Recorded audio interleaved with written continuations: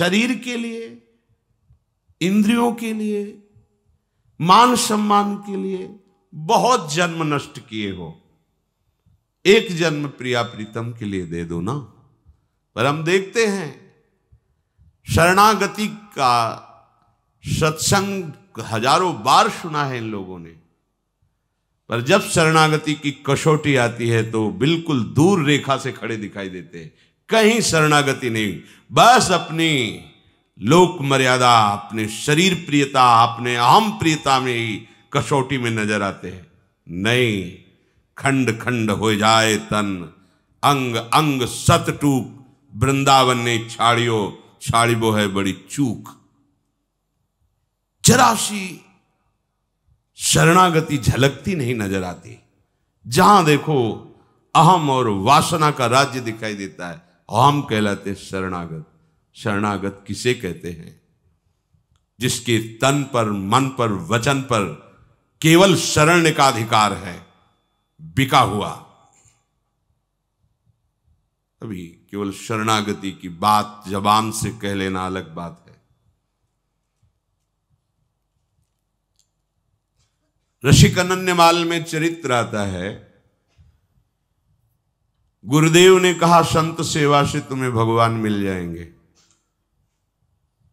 प्रारंभ की संत सेवा कैसे करें, पद्धति भी बता दी थी। संतों को साक्षात भगवान का स्वरूप मानो, जब आए उनका चरणामृत उतारो, प्रणाम करो, आरती पूजा करो, भोग प्रसाद जैसे भगवान को ऐसे उनको पवाओ, उनके प्रति भगवत भाव रखो। एक दिन संतों के स्वामी स्वयं आ जाएंगे। ऐसा ही वो करने लगे। किसी दुष्ट चित्त वाले ने देखा कि इनके घर में तो संत वेश में जाने से बड़ा सम्मान मिलता है, भेंट भी मिलती, खाने पीने को भी मिलता है।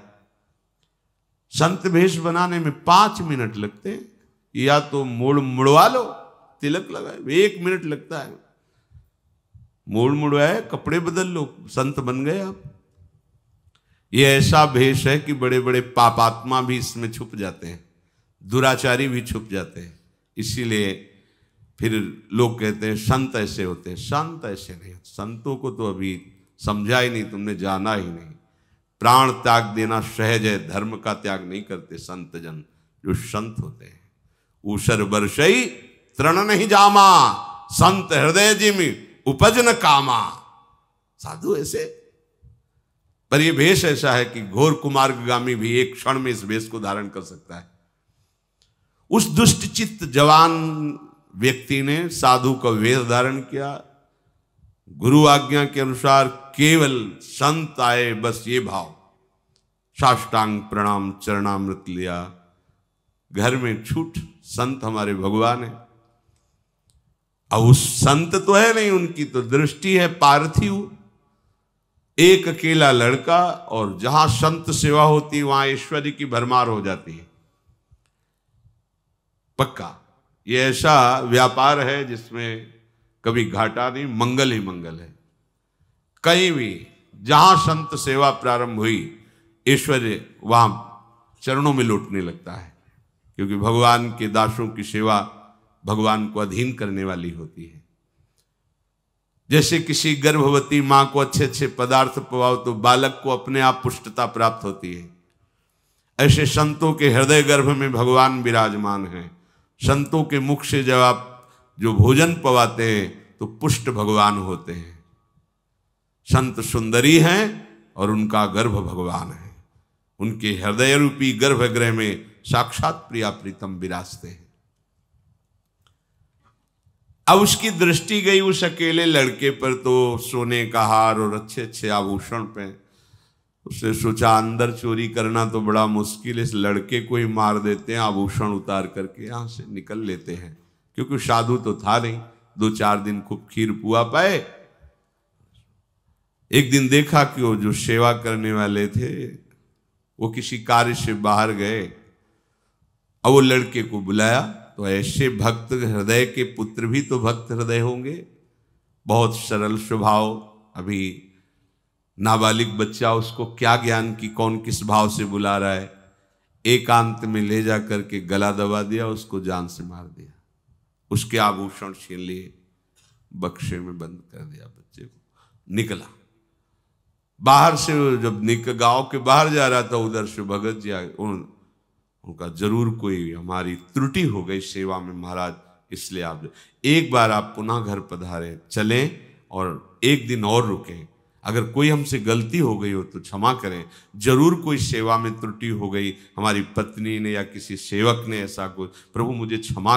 उनके तो होश उड़े, क्योंकि वो हत्या करके आ रहे, वो साधु है ही नहीं, केवल वेश धारण किए। अब कुछ बोल नहीं पा रहे, वापस जाना ही पड़ा, क्योंकि भक्त में ऐसी सामर्थ्य होती है, उसकी श्रद्धा का तुम दुरुपयोग करो तो तुम अपने आप जलोगे, तुम्हें कोई बर्फ शीतल नहीं कर सकती है। ध्यान रखना, अगर सच्चे संतों की आज्ञा का उल्लंघन करोगे तो त्रिभुवन में कहीं भाग के चले जाओ, जलन से नहीं बच सकते, और ये जलन तुम्हारा नाश कर देगी। आए, बैठे, महाराज क्या त्रुटि हो गई थी, आप क्यों जा रहे थे, रो पड़े हो। देखो संत का प्रभाव, उस भक्त की साधुता। उन्होंने कहा मैं संत नहीं हूं, मैं बहुत दुष्ट हूं, नीच हूं। उसका हृदय विकल हो गया, मैं कितना नीच और कितना बिल्कुल साधु नहीं हूं। अभी अभी वेश बनाया 2-4 दिन पहले, केवल खाने पीने के लिए, मैं बहुत नीच पापी हूं। भगवान मेरी परीक्षा मत लीजिए, आप मेरे भगवान हैं, संत हैं। नहीं हूं संत, तुम्हारे बच्चे को मार डाला देखो बक्से में, और ये सोना लेके भाग रहा। यह है साधुता का प्रभाव, उस भक्त का प्रभाव अपने आप उसको छुपाने नहीं दे रहा। मुझे दंड दीजिए, मैं नीच हूं। बक्सा खोला, देखा हाँ बालक, उठा के बालक चरणों पे, भगवान परीक्षा मत लीजिए, मेरा बालक है ही नहीं है तो आपका है, मेरा क्या है, मैं तो केवल गुरु आज्ञा पर यहां सेवक रूप से रहता हूं। ये घर गुरुदेव का, परिवार गुरुदेव का, ये आप सब संतों का है। चरणामृत उतारा और कहा मन वचन कर्म से गुरु आज्ञा का पालन करते हैं संतों को मैं भगवान समझता हूं, इसके प्रभाव से बालक जीवित हो जाए। जो चरणामृत डाला, बैठ गया बालक। अब वो मूर्खाधिराज को लगा कि मेरे चरणामृत का बड़ा जोर का प्रभाव है, वहां से पूजा पाठ लेके चल पड़े। बिल्कुल उसके मन, भक्त के मन में बिल्कुल नहीं कि ये साधु नहीं, अपनी दृष्टि है, साधु को साधु ही नजर आता है, दुष्ट को दुष्ट ही नजर आता है। पड़ोस में गए और कहा एक रात रुकना चाहते हैं दूसरे मोहल्ले में, वही गांव के। उनको लगा मेरे चरणों का प्रभाव है ये चरणामृत, एक लड़के को मार डाला, दुष्ट स्वभाव और क्या विचार करेगा। उनके चलने लगे डंडे थप्पड़। उन्होंने कहा तुम जानते नहीं हमारे चरणामृत का प्रभाव, अभी तुम्हारा बालक जी जाएगा। बड़े बुजुर्ग थे, बोले देख लो भाई, चरणामृत धोया गया, बालक ने कुछ नहीं हुआ। अब तो और पिटाई शुरू होगा कि उन भगत जी को बुला के पूछ लो कि हमारे चरणामृत का क्या प्रभाव है। ये सूचना उनके पास, वो दौड़ के आए, ये भगवान है, परीक्षा ले रहे हैं। फिर वही संकल्प, मन वचन कर्म से संतों को मैं भगवान मानता हूं, और इसके प्रभाव, तब उनको समझ में मेरे चरणामृत का प्रभाव नहीं, भक्त का प्रभाव। उसी दिन से वो भगवान का सच्चा संत बन गया। हमारी शरणागति में हमारी कैसी भी परीक्षा हो, हमें खरे उतरना है। वो देख रहा है जगत का जीवन पालन करने वाला। अर्जुन जी जब अभिमन्यु जी का वीरगति को प्राप्त होने की बात तो सह नहीं पाए, विलाप करके रोने लगे। भगवान समझा रहे, नहीं सह पाए। अर्जुन से कहा कि मेरा भी तो भांजा है, कोई अशुभ गति को प्राप्त थोड़ी हुआ, वीर गति को प्राप्त हुआ, ऐसा आपको विलाप करना उचित नहीं है। पर वो एक दिन भगवान जैसे कभी प्रसन्नता होती तो अपने हृदय की बात कहे, भगवान ने कहा मोर ध्वज जैसा भक्त इस सृष्टि में नहीं है। समय व्यतीत होने पर अर्जुन जी ने कहा, प्रभु आप मोरध्वज की बात कर रहे हो, आप कभी हमारी भी तो बात किया करो, क्योंकि सखा भी भाव है, आपके सिवा हमारा है कौन। भक्त तो हो ही अर्जुन, पर मोरध्वज जैसा नहीं। तो कहा, प्रभु क्या कमी है, हम में क्या कमी है। बोले आओ चलते हैं। संत वेश रखा, अर्जुन जी को योग माया से सिंह बनाया, गए भिक्षाम दे निकले। वो संत भगवान पधारे, साष्टांग प्रणाम किया, भगवान आदेश कीजिए, ये हमारा निजी सिंह है, भूखा है, इसको भोजन की व्यवस्था कीजिए। कहा, भगवान सिंह तो मांस खाता है, हम तो वैष्णव जन हैं, अब देख लो। तो बोले फिर समय दीजिए, हमें कसाईवाड़े जाना होगा, वहां से मांस खरीद के ला। ना ना ना, कसाईवाड़े जाना होता तो तुम्हारे यहां क्यों आए, यही मांस की व्यवस्था करो। भगवान यहां कैसे कैसे क्या, वो वैष्णव जन है, कैसे, कौन कौन है परिवार में, एक बेटा है, पत्नी है, हम हैं, हाँ चल जाएगा काम, बेटे को काट करके दे दो, सिंह भूखा है खा ले। आरे से काटना, 2 भाग करना है, पर तुम्हारे अश्रु नहीं आने चाहिए। तो उनका, भगवान अश्रु क्यों आएंगे, हम तीनों तो भगवान को समर्पित हैं, शरणागत हैं, भगवान का है, अभी आपकी आज्ञा का अक्षरशः पालन होता है। और बेटा भी मुस्कुराते हुए कि आज जीवन कृतार्थ हुआ, संत आज्ञा में मेरा बलिदान होगा, हो गया।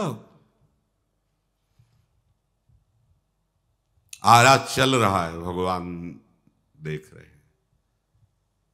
अब हृदय में प्रेम तो पुत्र के प्रति होता ही है, पर भाव है कि हम सब प्रभु को समर्पित है, जैसा दीनानाथ चाहे वैसा करे, हमारा कोई आस्तिक। भगवान ने कहा, रुक जाओ, मैं कोई संत नहीं, ये कोई सिंह नहीं।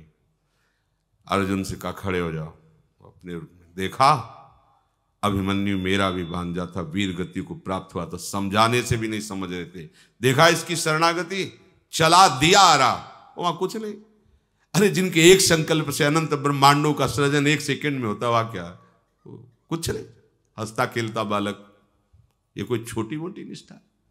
तन्वांग मनोभिरमल सोहम तविवाश्रिता, शरीर मन वाणी से मैं आपका हूं कह देना सरल है, आरा चलाना पड़ता है। ये भगवत मार्ग, तब परम पद मिलता। प्रियालाल ऐसे सही, आखिरकार कटेगा तो है ये, जलेगा तो है ये, नष्ट तो होगा ही ना। एक जन्म प्रियालाल के लिए श्रीधाम वृंदावन को अपनी रहनी से व्यतीत करते हुए क्या घाटा लग जाएगा, अंतिम बन जाएगा, जन्म जन्मांतर की भटकन मिट जाएगी। अब प्रभु ऐसी परीक्षा नहीं लेते, अब वैसी सामर्थ्य नहीं तो वैसी प्रभु परीक्षा भी नहीं लेते। लेकिन बात सच्ची यही है कि ये तन मन वाणी आराध्य देव जी के चरणों में समर्पित हो। कभी भी किसी भी तरह से वो देखना चाहे तो हम इस बात में खरे उतरें कि न मेरा शरीर है, न मेरे प्राण है, न मेरा मन है, ये तो प्रियालाल कहे जैसा चाहे वैसा व्यवहार करें। भला उनकी इच्छा के विरुद्ध सृष्टि में यम काल कोई भी नहीं कर, फिर ऐसे कैसे कोई कर सकता है। ये स्वतंत्र संसार थोड़ी है, ईश्वर के अधीन है। और आप उस ईश्वर के बंदे हो तो आपकी शरणागति की परीक्षा में आपको खरे उतरना है, फेल नहीं होना। बस शरणागति से ही भगवत प्राप्ति हो जाएगी, पर अपना अधिकार नहीं रखना। अपना अधिकार प्यारे जू के चरणों में है। श्रीधाम वृंदावन समर्थ है अंतिम बनाने के लिए। आप कैसे हो, कौन हो, यहां इस बात की बात नहीं है। यहां नव किशोरता माधुरी सब गुण लीने संग, जुगल चरण सेवत रहे रंगी प्रेम के रंग। जो भी तुम्हें ये पुरुष यहां दिखाई दे रहे हैं, ये अभी बाह्य रूप है। आंतरिक रूप है कि वृंदावन में प्रिया प्रीतम की कृपा पात्र सब सहचरियां हैं। एक बार रमण रेती में ही एक संत भगवान 25 वर्ष पहले लगभग मिले, सन्यास वेश में ही हम थे। तो उनका बाबा तिलक राधावल्लभी भेष सन्यासी का उस समय था। बाबा श्री जी के हो गए हो जी। हम कहा हमें समझ में नहीं आता है सहचरी भाव क्या है। तो उनका किसी की समझ की बात नहीं है, यहाँ दी जाती है ये वृत्ति, यहाँ वृंदावन देता है। अगर यहाँ पक्षी भी अखंड वास कर ले तो श्री जी का सहचरी बन जाएगा, फिर आप तो मनुष्य शरीर में। इस बात पर हमारे हृदय में बड़ा सुख हुआ कि पक्षी क्या साधना करेगा जो यहाँ वास करेगा। मतलब वास मात्र से प्रियाजू की दास्ता सहचरी भाव मिल जाएगा। ऐसा ही है, श्रीधाम वृंदावन समर्थ है, बस हम चूक न करें। हमारी गलती हो जाती है, हम रहनी से नहीं रह पाते, धाम की रहनी से रहे। यहां किसी से परिचय नहीं बनाना है। आप यहां सब प्रिया प्रीतम से परिचय बनाने के लिए आए। रहो जैसे जल में कमल का फूल रहे, ऐसे रहो, सबके बीच में रहो, पर किसी से हमारी पहचान नहीं होनी चाहिए। वृंदावन ऐसे रहे, मनो चिन्हारो। लेकिन यहां तो हम प्रपंची जन वैसे ही प्रपंच फैला लेते हैं जैसे गांव गली में होता है, वैसे ही सब बैठकर प्रपंच की बातें, व्यवहार सब नहीं। ये व्यवहार का क्षेत्र नहीं, वास्तविक पूछो तो परमार्थ का भी क्षेत्र नहीं। ये व्यवहार और परमार्थ दोनों से परे प्रेम समुद्र वृंदावन है। बड़े बड़े परमार्थियों का भी यहां प्रवेश नहीं है। आपको पता नहीं लाडली जी कैसे रीछ के ये सौभाग्य दिया है। इस श्रीधाम वृंदावन में जो रह रहे हैं, बिना भगवान नाम सुने या कहे रह नहीं सकते। हम कहते किसी भी धर्म का अवलंबन करने वाला हो, सुनाई तो देगा ना, बाके बिहारी लाल, राधा वल्लभ लाल, रंगनाथ जी, राधा रमन लाल जी। यहां जाना है तो कहां जाना है, यही तो जाना है, कान में सुनाई दे रहा है। यहां की हवा में राधा राधा गूंज रहा है। आपकी श्रवणेंद्री जब पवित्र होगी ना तो सुनाई देगा। वायु के झकोरों में राधा राधा निकलता है। यहाँ के पक्षी चहचहाते हैं, राधा राधा बोलते। ये बड़ा पावन धाम है। यहाँ की सहचरी का आदेश है वृंदा सखी का धर्मराज को। धर्मराज सो कही तहा मेरो बचन सुन लेहूं, जाके रंचक भक्ति है ताहि कष्ट जिनि देहु। भक्तन छाड़े सबन को तेरे आगे न्याऊ। हरि हरि जन ते विमुख जे तिनको तू समझाऊ। यहां भगवत पार्षदों का भी प्रवेश नहीं, जय विजय का भी प्रवेश नहीं। यहां महारानी जी की अनंत शक्ति संपन्न सहचरियों का शासन है। धर्मराज हाथ जोड़े खड़े, सहचरी ने आदेश किया, धर्मराज मेरी आज्ञा सुनो। इस व्रत 84 कोष में जो भी वास कर रहा है, रंचक भक्ति भी है, कभी सामने मत पड़ जाना उसके। ले जाने की तो सवाल ही बात नहीं, मत। तुम्हारा दूसरों के पास न्याय है, व्रत 84 कोष मंडल के अंतर्गत नहीं। और एक बार भी राधा बोला है, एक बार भी कृष्ण बोला है तो होश में रहना, वो तुम्हारे न्याय से बाहर हो चुका है। तुम उसके अब न्यायाधीश नहीं बन सकते। ये महिमा है प्यारी जी के धाम की, प्यारी जी के नाम की। जो हरि हरिजन ते विमुख जे, जो भक्त संग नहीं करते, हरिजन, हरि हरिजन ते विमुख जे, जो हरि की भक्ति नहीं करते और भगवत प्रेमी महात्माओं का संग नहीं करते, भगवत विमुख होकर मलिन आचरण कर रहे हैं, तुम्हारा न्याय उनके पास। उनको दंड दीजिए, उनको संभालिए। लेकिन जिसने गले में कंठी बांध ली, हरिनाम उच्चारण कर रहा है, व्रत 84 कोष का आश्रय लिए, भूल कर भी सामने मत चले जाना। कल प्रसंग में बता रहे थे कि यमराज के दूतों ने यमराज के पास जाकर कहा कि भगवान बड़ा आश्चर्य है, इस सृष्टि में कितने शासन करता है। यदि बहुत शासन करता होंगे तो शासन ठीक से नहीं होगा। आज मुझे संशय हो रहा है, अभी तक तो मैं मानता था त्रिभुवन का दंड विधान आपके हाथ में, आप स्वामी हैं, लेकिन दो सिद्ध महापुरुषों ने आकर के आपकी यम पास को काट दिया और हमें डांट के भगा दिया। आज तक कभी ऐसी घटना नहीं घटी।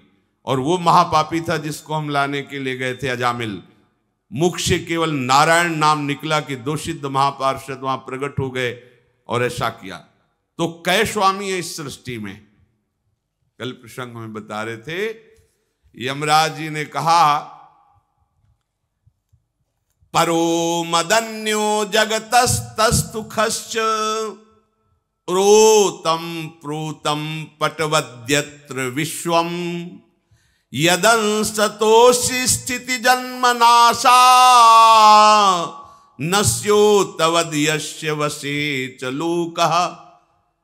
हे दूतो, मैं तो उनका एक छोटा सा अनुचर हूं, जिसे तुम त्रिभुवन का स्वामी समझ रहे हो। मेरे स्वामी तो भगवान श्री कृष्ण है, जिनका परिचय तुम नहीं जानते हो। उन्हीं में ये संपूर्ण जगत सूत में वस्त्र के समान ओतप्रोत है। उन्हीं के एक अंश से ब्रह्मा विष्णु और भगवान शंकर प्रकट होकर सृष्टि का सृजन पालन और संहार करते हैं। ये सारा जगत उन्हीं ईश्वर श्री कृष्ण के अधीन है। भगवान ने धर्म मर्यादा का निर्माण किया है और उसी की रक्षा के लिए वो अवतार लेते हैं। कोई भी ऐसा सिद्ध नहीं है जो पूर्ण रूप से भगवान को जान सके। भगवान जितना जनाते हैं उतने सोई जाने जी देव जनाई। जितना मनुष्य विद्याधर चारण ऋषि मुनि देवता असुर किसी की सामर्थ्य नहीं कि पूर्ण रूप से भगवान श्री कृष्ण को जान सके। भगवान के द्वारा निर्मित भागवत धर्म परम शुद्ध और अत्यंत गोपनीय परम मंगल करने वाला है। उसे जानना कठिन है। जो भागवत धर्म को जान जाता है वो भगवत स्वरूप हो जाता है। पूरी सृष्टि में भागवत धर्म को केवल हम 12 जन ही जानते हैं। यमराज जी ने कहा कि पूर्ण रूप से भागवत धर्म का रहस्य हम केवल 12 जानते पूरी सृष्टि में।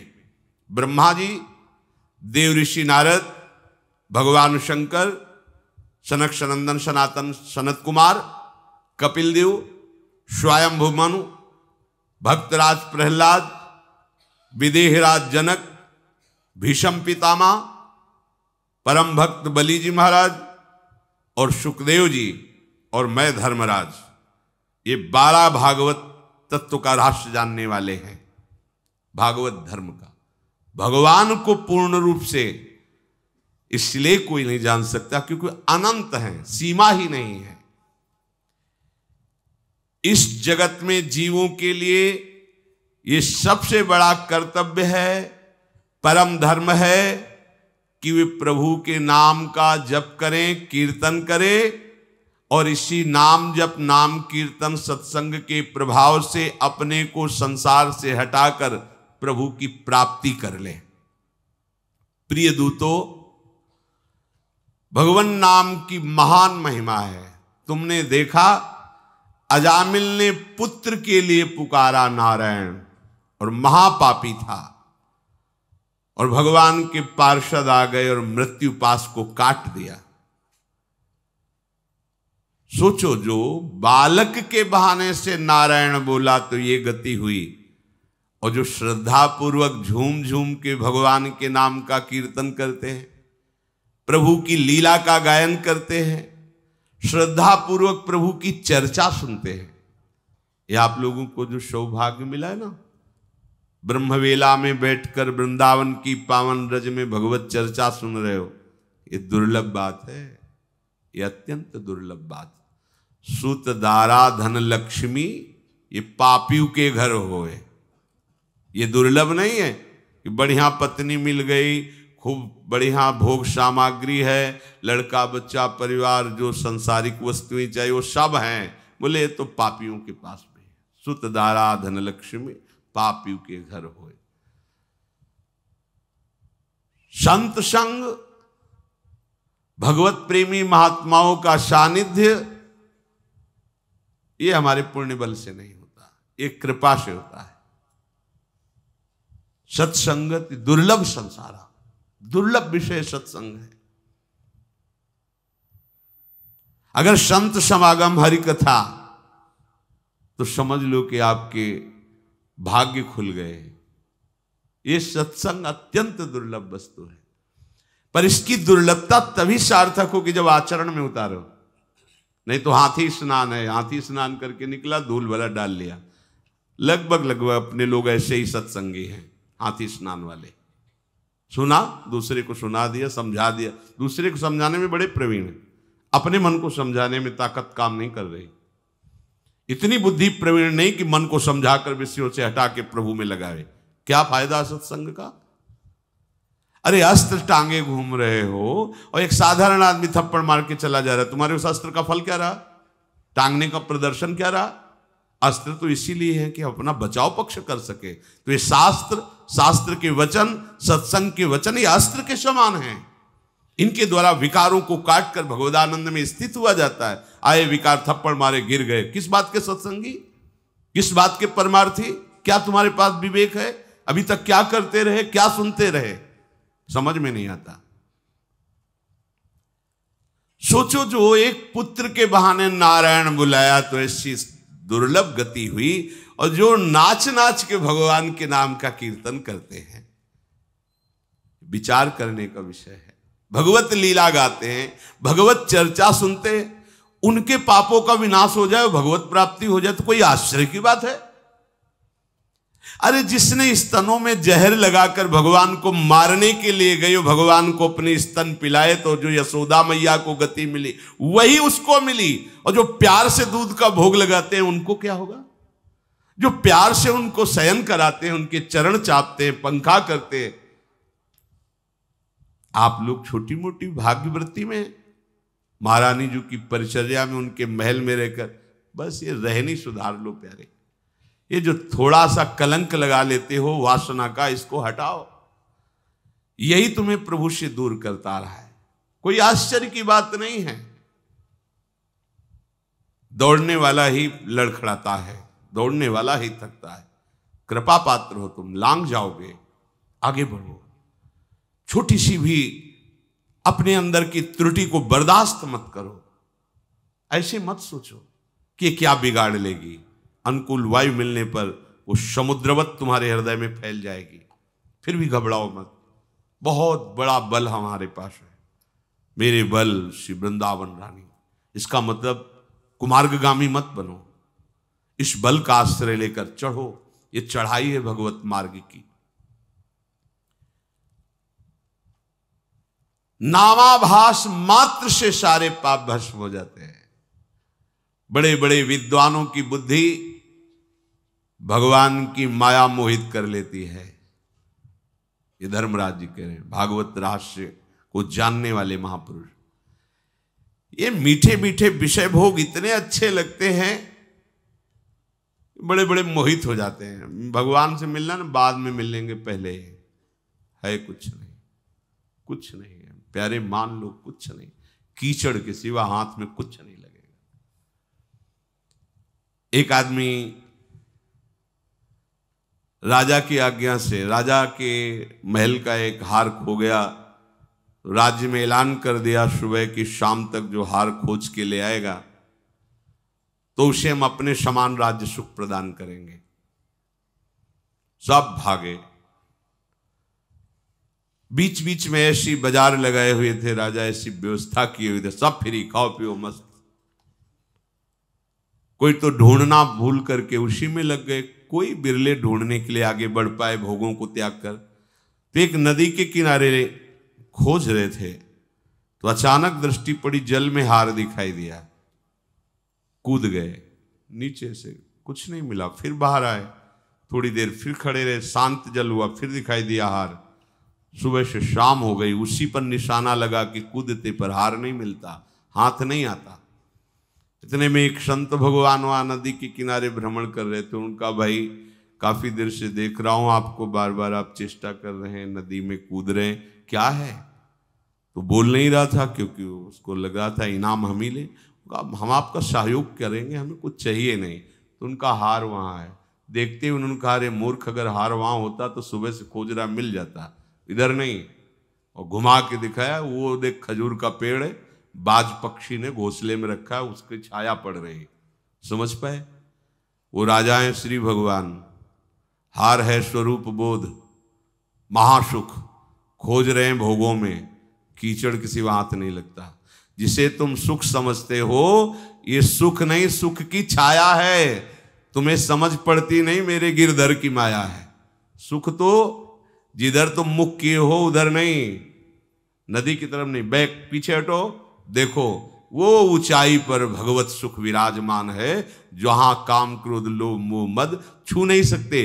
पर उस सुख की छाया पड़ रही इधर विषय नदी में। हम बार बार विषयों में कूद कूद के गंदे हो रहे हैं कि सुख मिलेगा, किंचन मात्र आज तक किसी को नहीं मिला।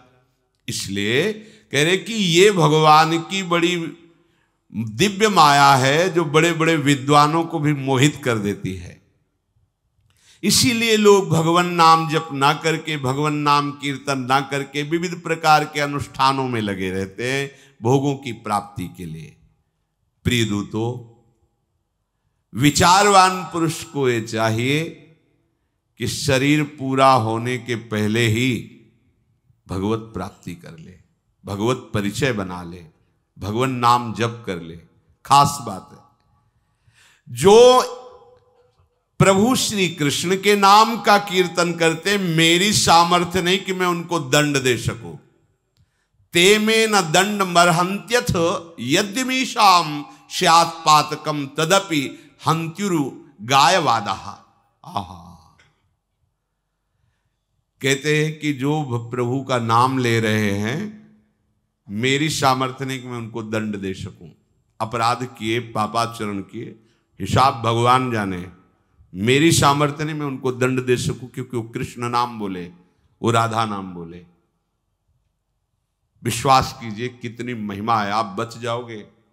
भाव से कुभाव से, किसी भय से, चाहे स्नेह से, जैसे बने नाम जप मत छोड़िए। कह रहे पहली बात तो उनके द्वारा कोई पाप होता नहीं जो नाम कीर्तन करते हैं, नाम जप करते हैं। यदि कुसंग वशात कोई पाप बन जाए तो उनको और कोई प्रायश्चित करना नहीं पड़ता, भगवान नाम से ही सारे पाप नष्ट हो जाते हैं। वो मेरे दंड के पात्र नहीं रहते। जो भगवान नाम जप करते हुए अपना साध्य और साधन दोनों भगवान को समझकर उन पर अधीनता स्वीकार करके निर्भर हो गए, गूढ़ बात। साधन और साध्य हमारे दोनों श्यामा श्याम है, निश्चित भगवत प्राप्ति। निर्भर माने पूरा भरोसा पक्का है। मेरे बनाए न बनेगी कोटि कल्प लो, आपके बनाए बनेगी पल पाव में। पूरा भरोसा हमें है कि हमारे श्यामा श्याम करुणा करके हमको भटकने नहीं देंगे। स्वीकार किया है तो पार भी वही कर देंगे, पूरा भरोसा रखो। और वो प्रभु के चरित्रों का बस गायन करते रहते हैं।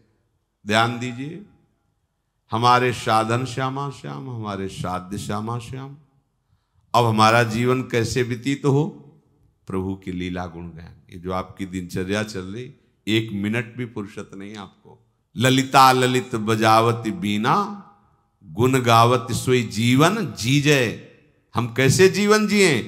प्रियालाल के नाम गुण कीर्तन करते हुए। जो प्रभु के चरित्रों का गान करते रहते हैं, सुनते रहते हैं और प्रभु पर निर्भर रहते हैं, तो भगवान की कौमोदकी गदा चारों तरफ घूम घूम के उनकी रक्षा करती रहती है। भूल करके भी तुम कभी उनके समीप भी मत जाना, नहीं भगवान की कौमोदकी गदा की मार से तुम सब नष्ट हो जाओगे। यमदूतों को यमराज जी सावधान कर रहे हैं। उन्हें दंड देने की सामर्थ्य साक्षात काल में भी नहीं है, जो भगवान का नाम कीर्तन करते हैं और भगवान के यश का गान करते हैं। पकड़ो बात, पकड़ो। फिर हमारी क्या बात है? हम यम क्या उन्हें दंड दे सकते? काल भी दंड नहीं दे सकता, जो भगवान के आश्रित और भगवान नाम कीर्तन करते हैं। बड़े बड़े परमहंस दिव्य रस के लोभी जिन्होंने अपनी अहमता ममता हटाकर स्वरूप बोध कर लिया है, वो भी भगवान श्री कृष्ण के पादारविंद मकरंद रस का पान करने के लिए उनकी चर्चा करते रहते हैं और सुनते रहते हैं। मोक्ष पदवी को प्राप्त महापुरुष भी, जिनके लिए कोई कर्तव्य नहीं रह गया, वो भी भगवान श्री कृष्ण की लीला गायन, लीला श्रवण और नाम कीर्तन करते रहते हैं। जो प्रभु श्री कृष्ण से विमुख हैं, जो घर गृहस्थी को ही अपना केवल कर्तव्य कर्म समझते हैं, ऐसे तृष्णा का बोझ उठाने वाले भगवत विमुख पातकियों को ही बांधकर मेरे पास लाना, और जो कोई नाम जप करता है, नाम कीर्तन करता है, भगवत चर्चा सुनता है, इनके समीप भी मत जाना, यमराज अपने दूतों से कहते हैं। जिह्वान वक्ति भगवद गुण नाम ध्येयम चेतश्च न स्मरत् चरणारविंदम कृष्णाय नो नमति अच्छिर एकदापि तानानयद्धो मस्ततो कृत विष्णु कृत्यान। ध्यान से सुनो इसका अर्थ। जिसकी जिह्वा कभी भगवान नाम उच्चारण नहीं करती, कृष्ण कृष्ण राधा राधा, जिन्होंने अपने कानों से कभी भगवान की चर्चा नहीं सुनी बैठकर, जिनका चित्त कभी प्रभु के चरणारविंद का ध्यान नहीं किया, चिंतन नहीं किया, जिनका सिर कभी भगवान के श्री विग्रह के सामने झुका नहीं, उन भगवत विमुख पापियों को ही मेरे पास लाना, उन्हीं को हम घोर दंड देने का अधिकार रखते हैं। पर जिनकी जिह्वा से नाम निकला, जिन्होंने कानों से भगवत चर्चा सुनी, जिन्होंने एकदापि एक बार भी भगवान को प्रणाम किया है, ओहो, ऐसे के समीप कभी मत जाना, यमराज जी अपने दूतों से कहते हैं। तभी हम कहते हैं कि भाव को भाव, कैसे भी तुम राधा राधा बोलोगे, बाजी जीत जाओगे, रजिस्टर में तुम्हारे इतने नाम जमा होंगे कि न्यायाधीश की खोपड़ी काम नहीं करेगी, आपकी जय हो जाएगी, नाम आपको बचा लेगा, नाम आपको सुरक्षित रखेगा।